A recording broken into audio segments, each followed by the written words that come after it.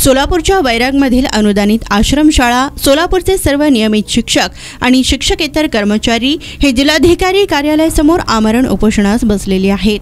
खानदेश कन्या शैक्षणिक सेवा सोसायटीच्या माध्यमातून संस्था चालक अशोक पवार हे बेकायदेशीर सेवा करत असल्याचा आरोप कर्मचाऱ्यांनी केला आहे।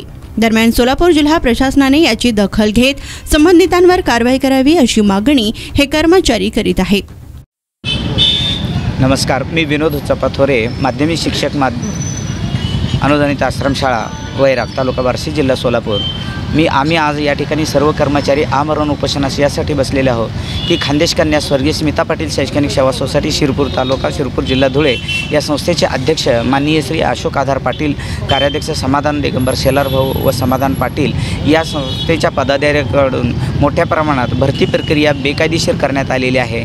त्याचप्रमाणे कर्मचाऱ्यांची छळवणूक होत आहे, त्याच्याविरुद्ध आम्ही या ठिकाणी उपोषणाला बसत आहोत।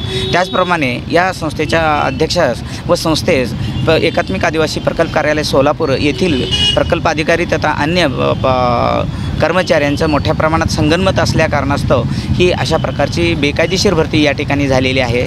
एकूण 7-8 कर्मचाऱ्यांची भरती बेकायदेशीरपणे झाली आहे। त्याचप्रमाणे की आमच्या शाळेचं हस्तांतरण व स्थलांतर बेकायदेशीरपणे 10 ऑक्टोबर 2023 रोजी प्रस्ताव दाखल केला होता आणि तो सुद्धा बेकायदेशीर आहे, तोही रद्द झाला पाहिजे। त्याचप्रमाणे की बेकायदेशीर भरती केलेल्या कर्मचाऱ्याचं वेतन थांबलं गेलं आणि म्हणून आम्हाला नियमित कर्मचारी वेतन थांबवण्यासाठी संस्थाध्यक्ष अशोक पाटील यांनी पत्र प्रकल्प कार्यालय अधिकाऱ्यांना दिलं। अधिकाऱ्यांचं संगनमत असल्या कारणास्तव प्रकल्प कार्यालयाने सुद्धा आम्हा नियमित कर्मचाऱ्यांचं वेतन हे बेकायदेशीररित्या थांबवण्यात आलेलं आहे।